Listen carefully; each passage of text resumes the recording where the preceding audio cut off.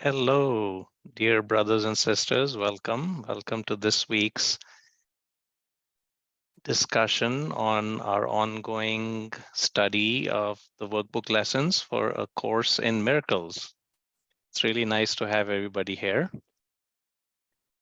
And what we've been doing in the past is I think, spent the last couple weeks on lesson 62.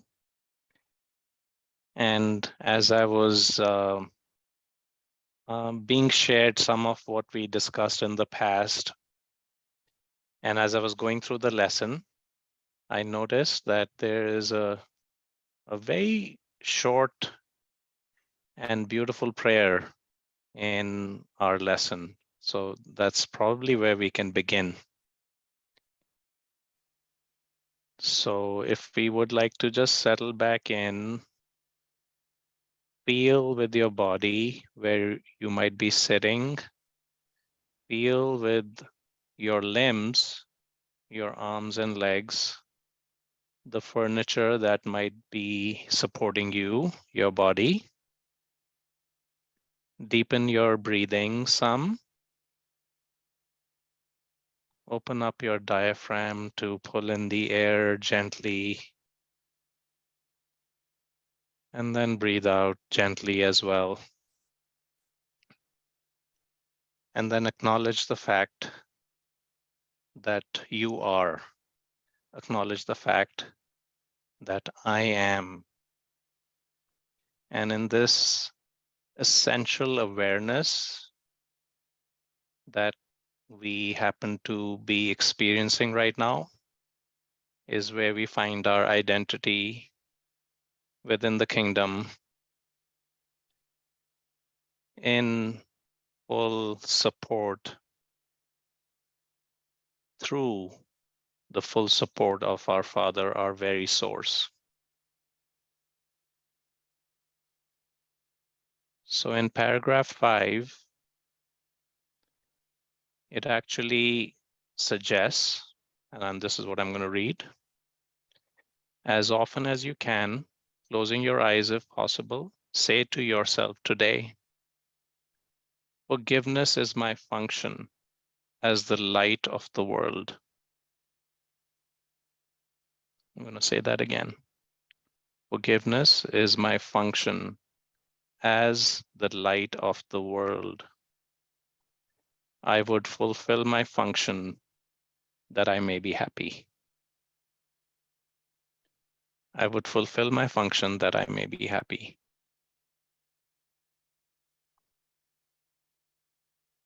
Keeping our eyes closed if possible, it then suggests devote a minute or two considering your function.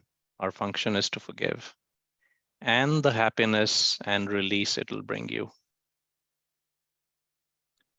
Let related thoughts come freely, for your heart will recognize these words, and in your mind is the awareness that they are true. And for many of us, our attention will wander, in which case we would repeat the idea that forgiveness is my function, and then add, I would remember this because I want to be happy. Forgiveness is my function, and I would remember this because I want to be happy.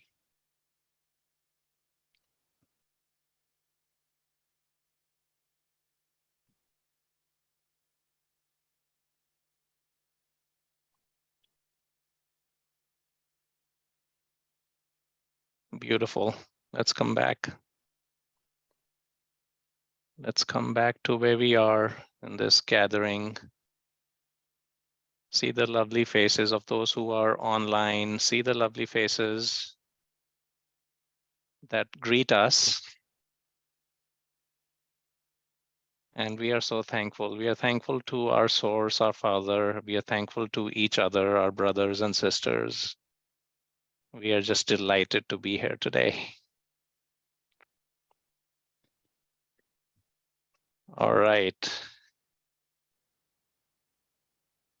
would anyone like to share thoughts on the main topic of not just this lesson, but the central underpinning of A Course in Miracles, which is forgiveness in every possible direction being our function?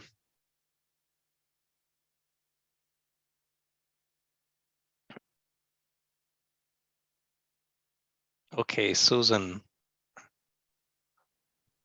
I would just say how lovely it is that today's lesson is I have a function God would have me fill. And here we are.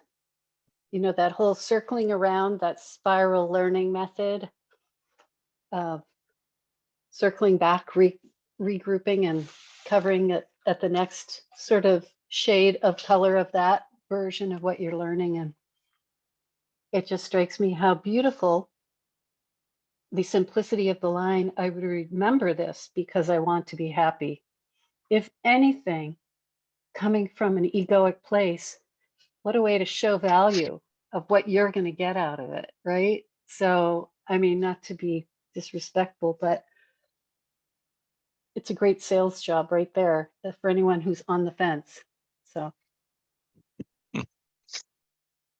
Thank you, Susan. Derek would like to go next. Yeah, I just wanted to mention something about what I might say a version of forgiveness that I didn't really understand. I'm going to call it mundane. It's not, but I've been realizing how when I move through the day, I'm always doing these things that I've been conditioned to do for 50 years. And I'm like, okay, I'm going to wipe up after myself on the table. I think we lost Derek briefly, at least I did. He's still here though.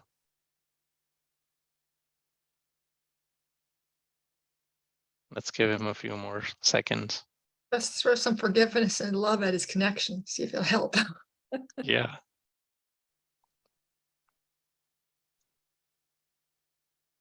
A few more moments of quiet, maybe when we need it. Okay, we lost him. That's fine. He'll be back. Peter, please go ahead. Yes, thank you. I wanted to explore the connection between forgiveness and happiness. And we talked about this last Thursday, and it occurred to me that the relationship is the following. So if I'm upset, the antidote is forgiveness. And if I'm upset, it's impossible for me to be happy. They're like mutually exclusive. And so the Course talks about being aware of when we're upset, why we're upset. And in that moment, I have a choice. And the way to undo the upsettedness is through forgiveness, because forgiveness says that what I thought my brother did has not occurred. And so it undoes the reason to be upset, and that makes way for happiness. Also, I guess you could also say that it's the fact that I have an opportunity to see my brother as myself, to see the face of Christ in my brother. That would naturally bring up the feeling of happiness. So those two aspects make that connection, because otherwise it sounds like, you know, I can forgive and still be, I guess, not happy in the world, the thinking of the world, because my needs aren't being met or whatever. But I think in the way the Course talks about it, and the invitation that we have is to put aside the choice for unforgiveness, which is the choice to be upset and to be unhappy, and to choose happiness instead. Thank you. Thank you, Peter. That's beautiful. And Derek, we'll go back to you in just a few.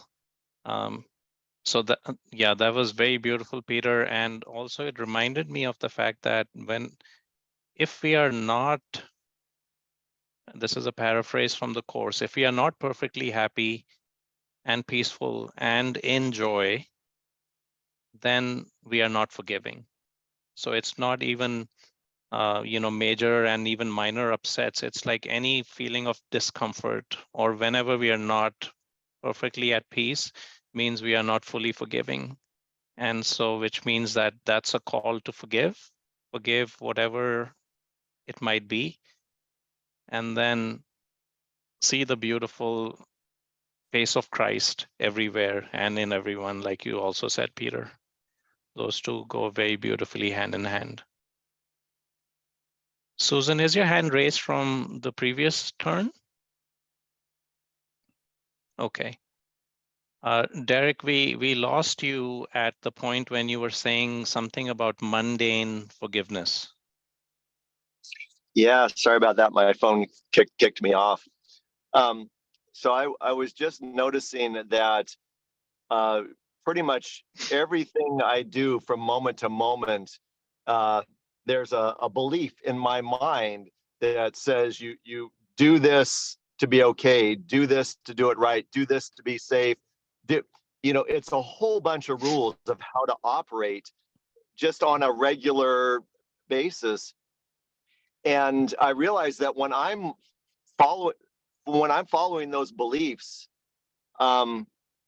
it's like I know I'm not going to listen to you, Holy Spirit, because I know how to do things right. I know how to keep the house clean. I know, so I don't need to forgive this conditioning because I know.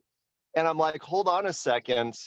Maybe all those, at least the ones I catch, are opportunities also to forgive anything that I believe this is the way you do anything, because whatever the reason is that I've learned that you do it that way.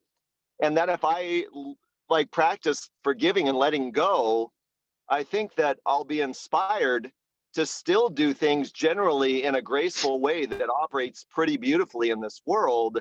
But I don't have to do it because Derek, the ego, knows how to stay safe. It's like the Holy Spirit knows how to take care of me. Like, take no mind of your body. I got you.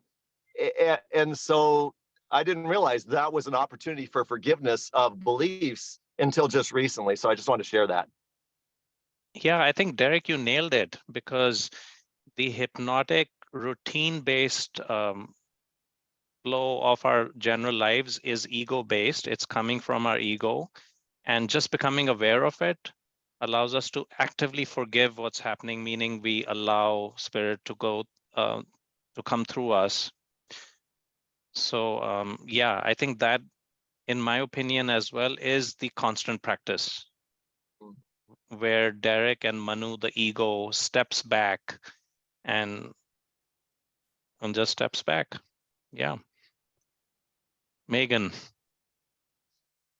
I've been doing the same as Derek was doing, but instead of being gentle about it, I've been screaming in my head because I've got all these things going on right now. Usually I'm very calm, things are doing well, but recently I've been walking and then I've allowed things to hit my head, and then other things I try to forgive that away, and then something else comes in. I'm like, so eventually I start screaming and I hear this, stop it, stop, just shut up. Like, you can see peace instead of this. And so I realized that then I had to forgive myself for judging myself, for screaming at myself, for telling me to stop thinking of these things.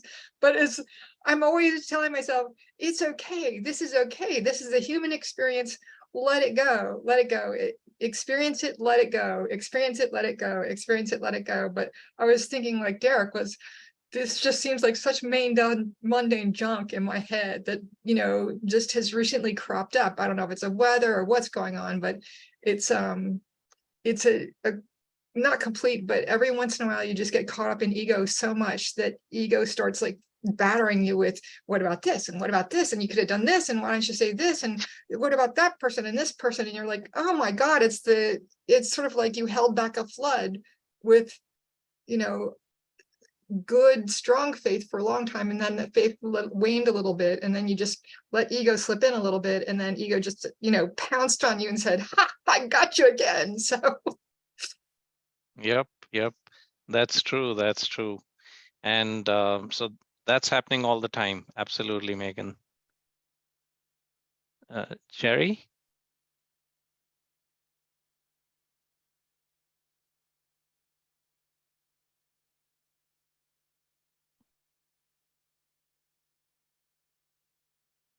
I think he froze. No, he's Oh, still moving. You can't find the yeah. unmute. Yes. There you There we go. Can you hear me? go. Good. Yes. Oh, okay. Thank you so much. Yeah, this whole notion of true forgiveness is so interesting to me as contrasted with the forgiveness to destroy.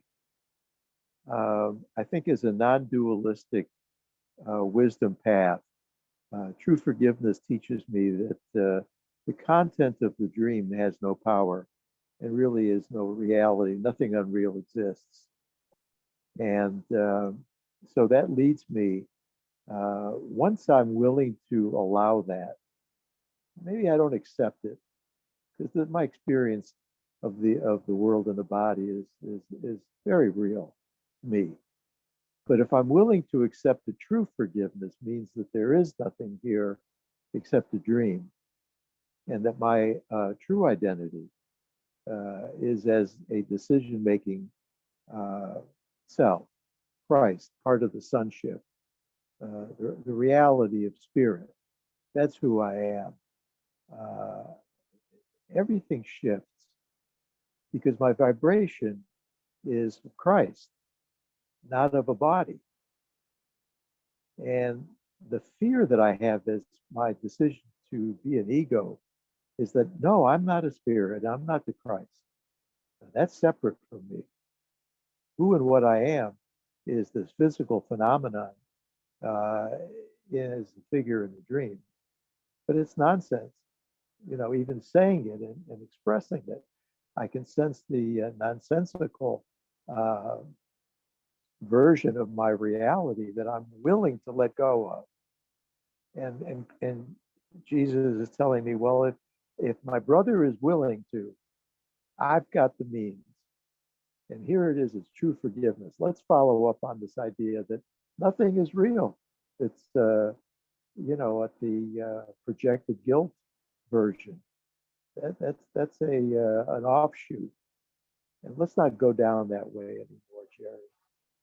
So, Jesus and the sonship and true forgiveness and joy is my natural state. And I'm journeying, up that ladder of what Jesus calls the atonement for me to experience that and manifest it all the time.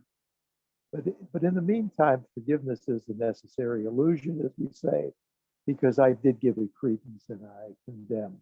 I'm sorry. Please forgive me. I love you. That's that Ho'oponopono that some of you may be aware of. Sorry for the delay in getting on. I appreciate it. And I love you all. Thank you. Thank you. Thank you so much.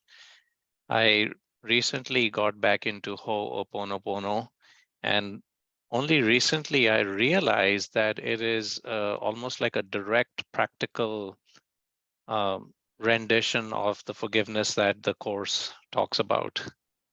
And so whenever a relationship-oriented forgiveness opportunity comes up, especially, I've been applying that methodology recently and have found it amazingly effective. Susan. Wow. Okay. Well, Jerry, that was beautiful. Thank you for sharing that. And I had originally raised my hand about Derek's commentary. Boy, I'm trying to remember now. We were talking about having rules, ego-driven structure that informed you how to go through your day or make your choices about everything versus the trust in the guidance of Holy Spirit that will lead you. And I was very prompted to talk about the development, the sprouting of the seed of faith that comes with not just turning to Holy Spirit, but trusting that. I view faith as a form of trust, and that trust, if you're a skeptic, has to be earned. And through practice, we can develop trust because the constancy and reliability of putting our faith in the guidance of spirit versus the little tiny heavy weighty ego proves itself out over time. So I wanted to throw faith into the mix about that being a really cool factor, and that that faith is deepened, that trust is deepened, so that when I go to pick cherries on my cherry tree, the lowest cherries are always the easiest to pick because they're just right there. It's actually hard to not just eat them, but there they are. You know, the cherries on the top of the tree, they require a little more trust and faith because I have to actually go to greater lengths. It's not as effortless. And I think that's what this practice is about for me, is to be able to not just pick the easy cherries that are practically falling into my mouth, but develop trust that all of the cherries will come to me. And so, yeah, I appreciate you guys very much for putting up with me in the way I see things. Thank you. That's great. That's great, Susan. And some of the cherries might not appear to be cherries at first, but eventually become them. That's beautiful. I think visualization or metaphorical understanding of these truths is very important and helpful. So thank you. Back to Megan and then Sharon. Oh, well, first I was going to respond to Derek, and then I was going to respond to Jerry, and then Susan started talking. Now I wanted to respond to her. And now that's the only one I can remember, which is when she started talking about in faith. And I remember even when I was studying the course, well, when I knew about the course, I was reading it, but not quite studying it. At the same time, I was judging people that went to church, and or people that would go to revivals or musical things, and they would be in the spirit. And I was like, well, look at those happy idiots. What's wrong with them? Don't they know the world is crap, and then everything is hard and stuff. And now I'm glad to say I've become one of those happy idiots that actually understands that the world is not crap, and they were right the whole time. And I'm so glad that I'm no longer judging them. Yeah, I think I don't know if you were even going there, but in my book, it's good to be a Pollyanna. That's Yeah. how I like to show up in the world. Sharon. I've been called Pollyanna all my life. But I wanted to ask, any of you that have read Gary Renard's books, do you remember his visitors? Was it Arten and Pursa? Right. They said, I remember the Ho'oponopono prayer came up in one of his books, and they said it was good except for the I'm sorry. And I can't remember why that part of it wasn't sort of copacetic with the course. Does any of you remember that part? I don't remember it, but I'm going to definitely go back and look it up. Peter? Yeah, Peter. Yeah, because they said, just in general, not to apologize, not to say I'm sorry, because it implies guilt. Like we wouldn't have to apologize if we didn't think we were guilty. So that's my recollection. And that's a good point. And even when I'm uttering it, I thought about that angle actually. And I said to myself, I'm not doing it in terms of guilt. For example, when I say I'm sorry, I'm just like, it's just a humbling moment. It brings me down all the way, and but it'd be worth exploring. Thank you. Maggie? Can I, Matt, can I just say something? So lots of times I say I'm sorry, but I don't mean I feel guilty. I mean, I truly feel bad that you are in the situation. It comes from a very different place, which is I don't know how to convey it any better. than to say that, I feel for you. Yeah, and the visual that came to my mind as you said that, Megan, that as I'm saying I'm sorry, I'm almost hugging the person, that sort of thing. Yeah. Maggie?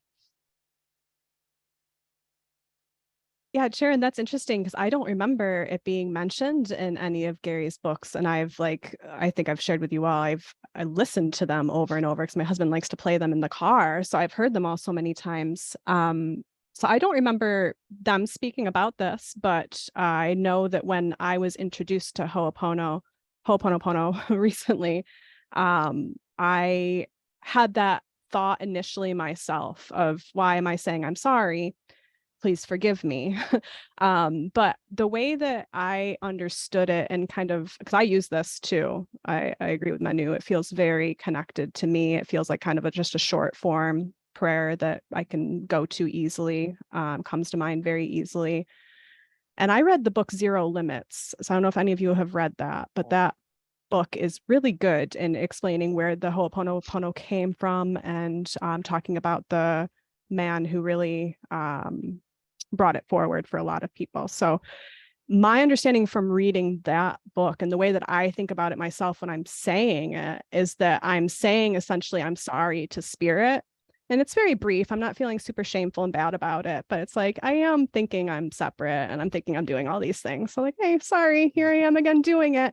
But there's an immediately, please forgive me, and then thank you, which to me is an acknowledgement that immediately I'm forgiven. Immediately. So I feel okay saying it because I know I'm saying, sorry, it's not a huge deal. Please forgive me. Thank you. Because immediately Spirit says, good, it's forgiven. And then I can say, I love you. And then I can move forward. So I don't know if you want to take that up, any of you. Yeah. In You can have fact, it. totally. So as Dr. Hewlin shares it through Joe Vitale in that book, Maggie, I haven't read the book, but I've been meaning to read it, but I've heard so many of the explanations behind it, is that basically the prayer is your direct connection to spirit. It's not about the other person. It's not about you. You're uniting with spirit and bringing that whole topic up for forgiveness, essentially. And in doing that, it neutralizes all the emotion and therefore the karma behind it. It neutralizes all the karma and sets you free, which is the whole idea of the forgiveness practice behind A Course in Miracles. All right, I think this is a really nice segue back to our lesson. And what I'm going to do, I think we're pretty much done, but I'm just going to scan through it with us. And please stop me if I don't see you interacting or hear you speaking up. So forgiveness is my function as the light of the world. So the first paragraph is really just talking about that essential aspect. It's all about forgiveness. Then in the next paragraph, it's talking about the illusions that we have created that need to essentially be neutralized in a Ho'oponopono kind of a practice or just a forgiveness practice as the Course suggests, and later in this lesson even explicitly states as to how to get there. Next, it talks about every attack. And I think this goes back to what, in my opinion, Derek was sharing. Whenever we are operating from the ego, the egoic way of thinking, inherently it's attacking to something or the other. It's attacking some aspect. It's creating some kind of an upset. It's keeping us away from the peace and the happiness that we truly are. So that's what an attack is, the way I understand it. And then it says, do you not then begin to understand what forgiveness will do for you? Is because it'll allow us to truly forgive, not be attacking, restore us to the invulnerability of being with and being spirit. So what we didn't quite read yet was this paragraph, or we might have read parts of it last time. Let us be glad to begin and end this day by practicing today's idea and use it as frequently as possible throughout the day. So that's what we've been called to do. It will help to make the day as happy for you as God wants you to be. So again, if you're not happy, something's off. And it will help those around you as well. And it'll help those around you, as well as those who seem to be far away in space and time, to share this happiness with you. Somewhere in today's lesson, if you were going numerically by the days of the year, I think it might be 192 or something, the lesson talks to, as soon as we think of someone, whether they're near us, in front of us, or far away, that's our opportunity to be at one with them. That's our opportunity to be practicing forgiveness. And that's what this reference is as well. Like Susan said, it's circular. Everything comes back to the essentials, which in this case is forgiveness. And then we are asked to practice this and remember this all day long. That is my function. This is my only duty. And concurrent with it is that I may be happy, I must be happy, I should be happy. And that's what we're called to do. As the course reiterates many times, it's a course in training our minds. Our distracted, wayward mind, which is the prodigal son, needs to be brought back into focus, brought back into attention, so that we only deal with the essentials. So that was my attempt to summarize this lesson for us. If anyone would like to comment, please go ahead. Otherwise, we might be ready to move to the next lesson here. Susan. Go ahead. Sorry. Just a quickie, and that is, for me, I find myself relating in terms of the practice of happiness. Happiness as a practice, not as a false practice, but if there's any disturbance to the happiness, then there's work to do, And so for me, it's a practice of happiness, which is just the same cup of tea, just in a different vessel,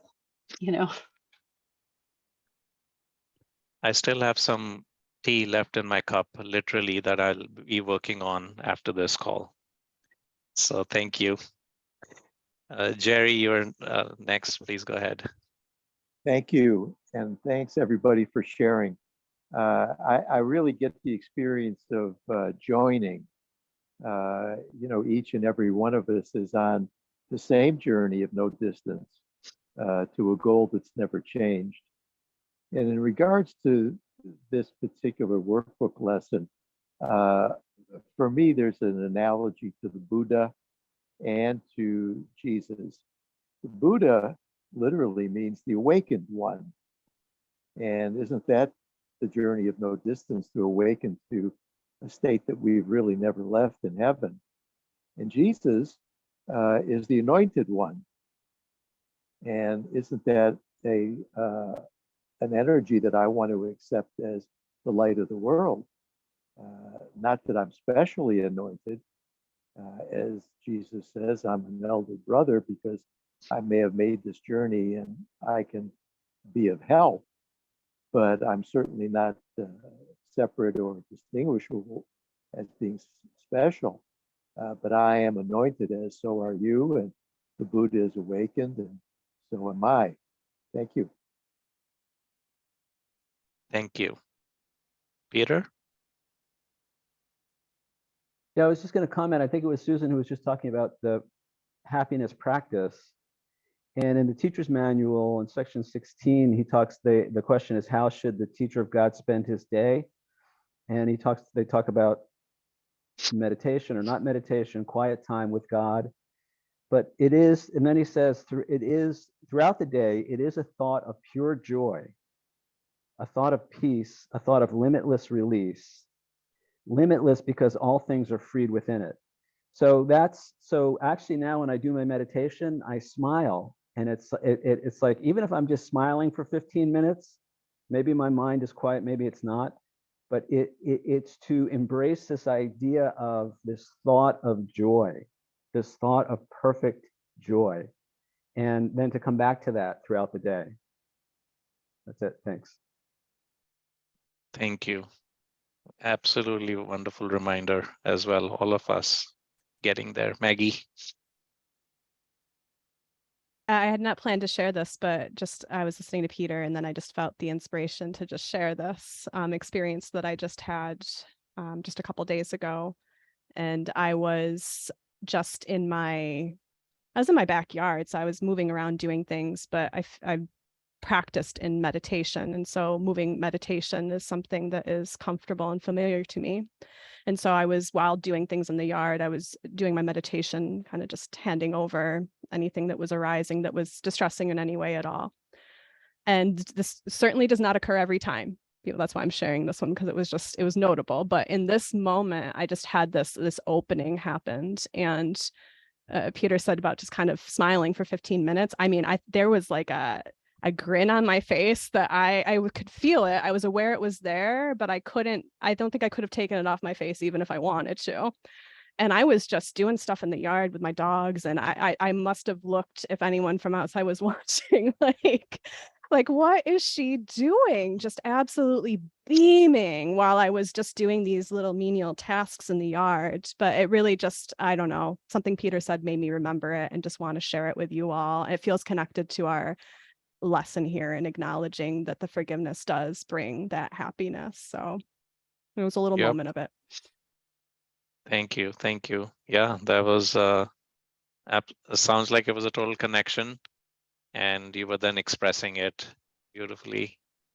And I would dare to also say that, it was not a menial task by any stretch. Okay. All right. I think we're getting ready. We are ready now to move to lesson 663.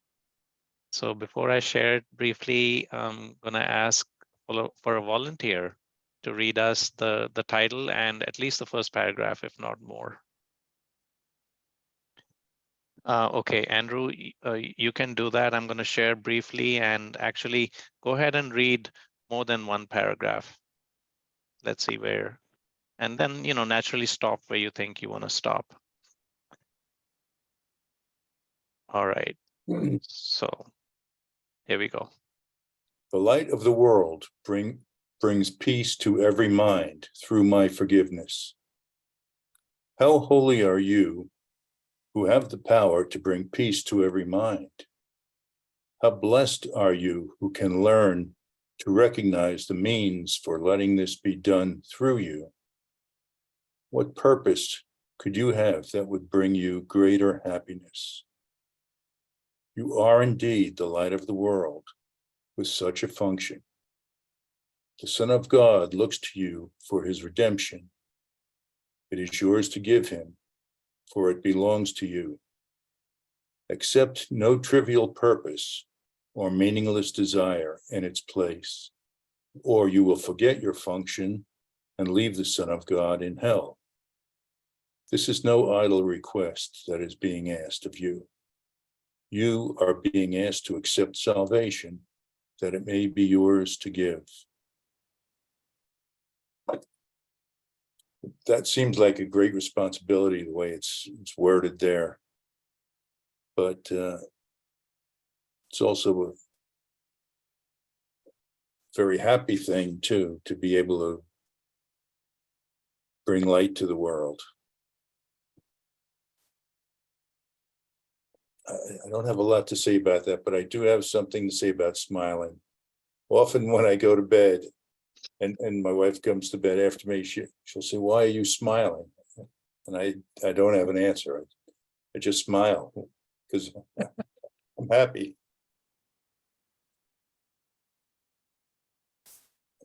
Thank you, Andrew. Let's hear what Sharon has to say. You're muted. Can you bring up that text again? Okay. There's some amazing jewels in there that we definitely ought to explore. Yeah. Oh, okay. So I have to say that when there's a sentence like this, the Son of God looks to you for his redemption. It's almost like a what? I thought I was the Son of God. And, so this is like a little split, like someone is asking me for redemption. I have to remember that he talks to us like there really is separation, because we believe it in our minds, even though we think we don't believe it. If we really didn't believe it, we wouldn't be here, maybe. I don't know. So, but that always kind of throws me when it talks about someone else, like this, the Son of God looks to you for his redemption. That's all. Yeah, Sharon, I'll give that a brief response and then see what others have to say as well. So the course does talk to, actually, sorry, give me a moment. So sorry, somebody was looking for me outside my office door. Why don't I let others respond while I take this message here real quick. Okay. Be right back. Okay. So Reverend Jerry. Well, I was going to say the state of forgiveness, true forgiveness, as I've read and understand and practiced the course, is still the final illusion. So it places my perception out of a fear state of ego into a holy instant, where in the real world, I'm forgiving. I'm thinking forgiving thoughts. It's a correction. It still isn't a full experience of past the gates of heaven. I'm on the lawn in front of the gates, and I'm still dealing with some wreckage of as I see it, the past. So, the comment that Jesus is speaking to me in a separate sense, only my separate sense needs correction as an ego because of that guilt that I've condemned and judged a brother or sister. But it's no more real than, the entirety of the dream.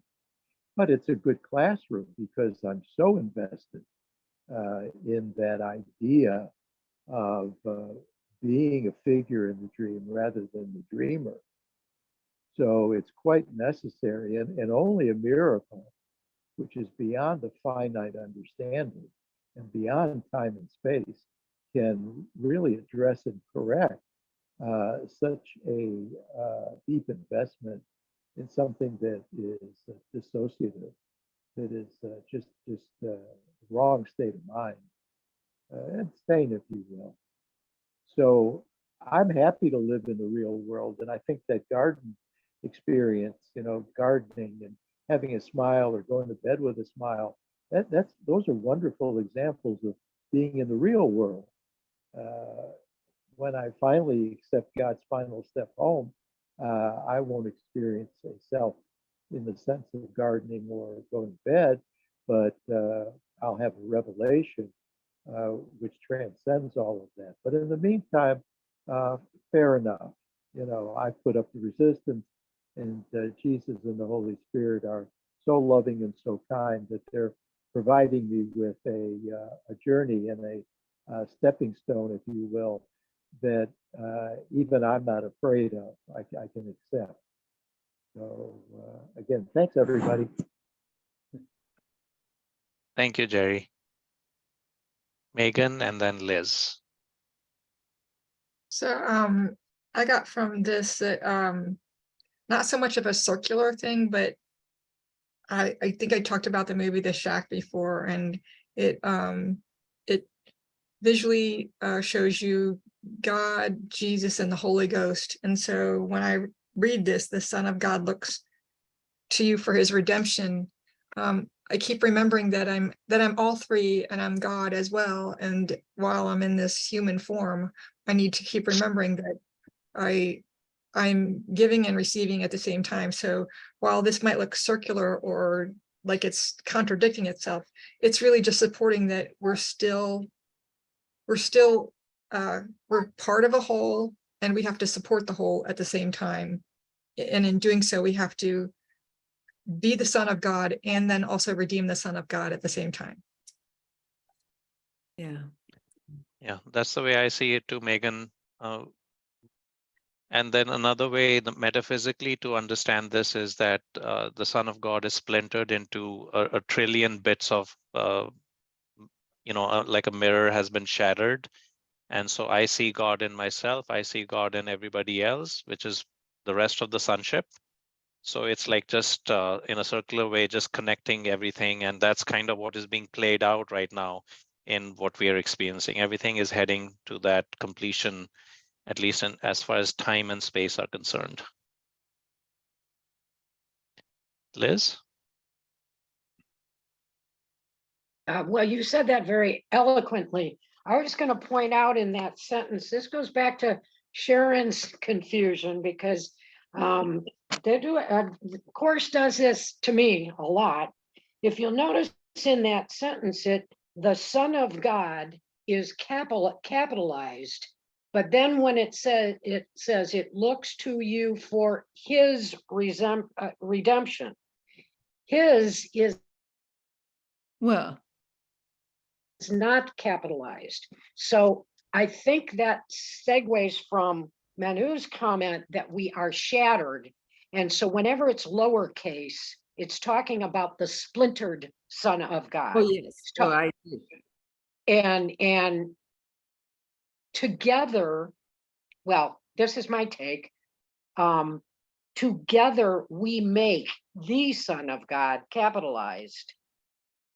As long as, well, technically, as long as we think we're in this illusionary world, we are still the lowercase sons of God. Yeah. So, I mean, that's kind of my take on it. But yeah, I think it's very confusing. And I'll throw in another ego thing. I really resent that everything is in the masculine gender. I really do. I got over that. Well, yeah. Oh, I got over it a long time ago. But I much prefer it when Jesus talks to us as children of God, child of God. You know, it's same number of syllables. I think that would make it a lot easier. You know, that's just my comment. I'm admitting that illusion. Okay. Yes, yeah. And somebody else has said it very beautifully, that and she was a female person as well. She said that for her it was just a great big journey in self-forgiveness, and how she felt about herself as a woman, and the triggers that came up in her as she read these words that were so blatantly masculine. Megan? I seem to gotten over the his part, but people now want to be called they, and I'm serious. Reactions to that, because they to me is a word that means a plural. And so one person, I decided to imagine them as having an invisible twin that I couldn't see. that was just there so that I could actually justify using the word they in my brain, because my brain simply couldn't handle it. Yeah, so, all of us are experiencing this right now, because in some ways, one of the ways I look at this is that it's forcing an expanding of our world perspective. Just like you stated it, it's kind of almost forcing you to look at this single person as they. Because think about it, Son of God, the shattered pieces of glass mirror, in some ways is all of that, they, them, and we are trying to, yeah, I'll just leave it at that. So it's, yeah, I'm all over the place on this important topic of our day. Peter. Yeah, I appreciate the discussion on the Son of God question, and I just want to jump to chapter 11 of the text, section 3. And he says, God is very quiet, for there is no conflict in him. Conflict is the root of all evil, for being blind, it does not see whom it attacks. Yet it always attacks the Son of God, and the Son of God is you. And then the next paragraph, God's Son is indeed in need of comfort, for he knows not what he does, believing his will is not his own. The kingdom is his, yet he wanders homeless. So I think this just reflects the idea that we don't know who we are. While we're walking around as these egos, we think, we see ourselves as one thing, but the truth is, the reality is that there is this is not who we are. This is the illusion, and who we really are is the Son of God as one. It's not even recognizing all my brothers. It's just, there's just oneness, and that's what's so difficult to get our mind around, especially when we're identified with ego. So it's an identity crisis. Who do you think you are? How do you see yourself? Do you see yourself as an individuated, separate ego that's bumping into everybody else and blaming them for how you feel? Or do you recognize that I am? Do I recognize that I am? God is, and we cease to speak. Thank you. Yes, thank you. Susan? That was great, Peter. For the experience that has shaped perception for me has been decades of stillness practice, of transcendental meditation is a method that I use. And in that stillness, form dissolves, and the experience is one of formlessness and allness. And I bring that to the table to share.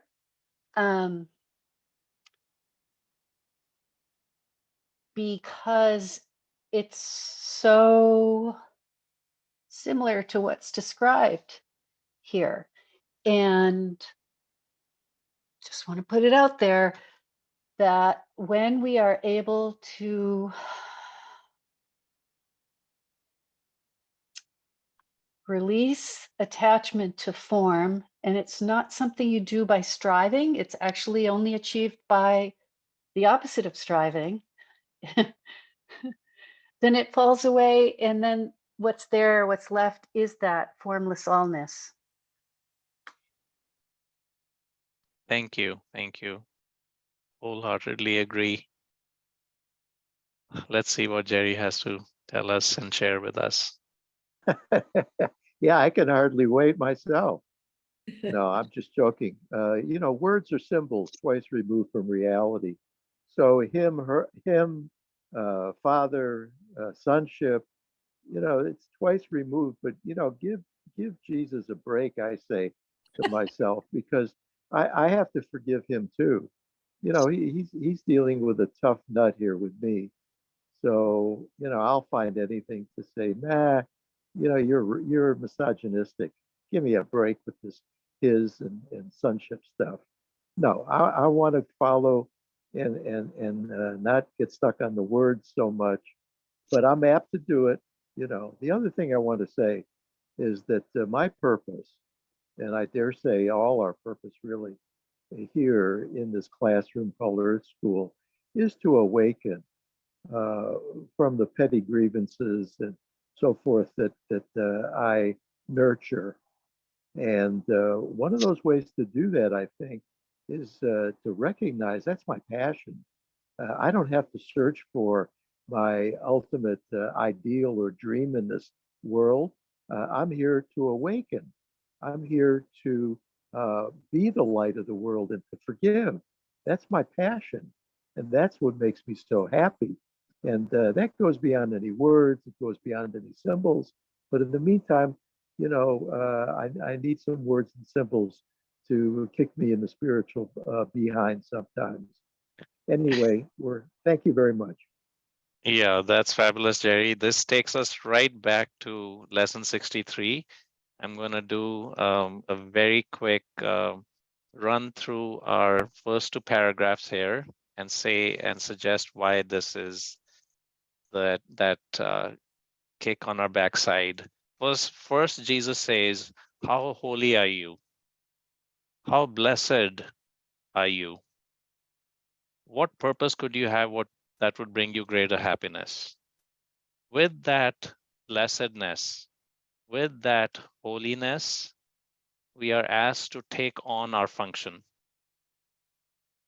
Because the Son of God, the Son of God, is looking at me and you for his larger redemption. So please don't accept any other trivial purpose, any other meaningless desire in its place. Please don't forget your function. This is no idle request. This is basically God, the Spirit speaking to us. This is no idle request. Please accept it as your main function. You're being asked to accept salvation because by doing that, we accept salvation and we accept our function. That's it. That's what we're called to do. That was the little kick in our backside, also suggested by Jerry.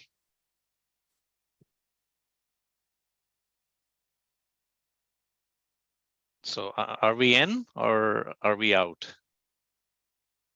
In. We are in. What choice do we have if we want to be happy and joyous and loving and sharing? I mean, like Jerry said, what else could I be doing once I see the light? I could see peace instead of this. Yes. Can we Thank finish you. up the Thank you. I think section? this is the wrap for our sharing.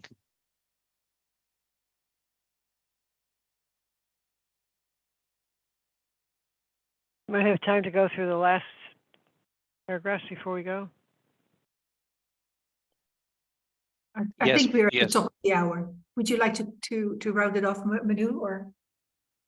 I'll invite Ardith because she suggested that. Ardith, please wrap this up for us in the way you I'll read it suggested. fast. I'll read it fast pace. I hadn't.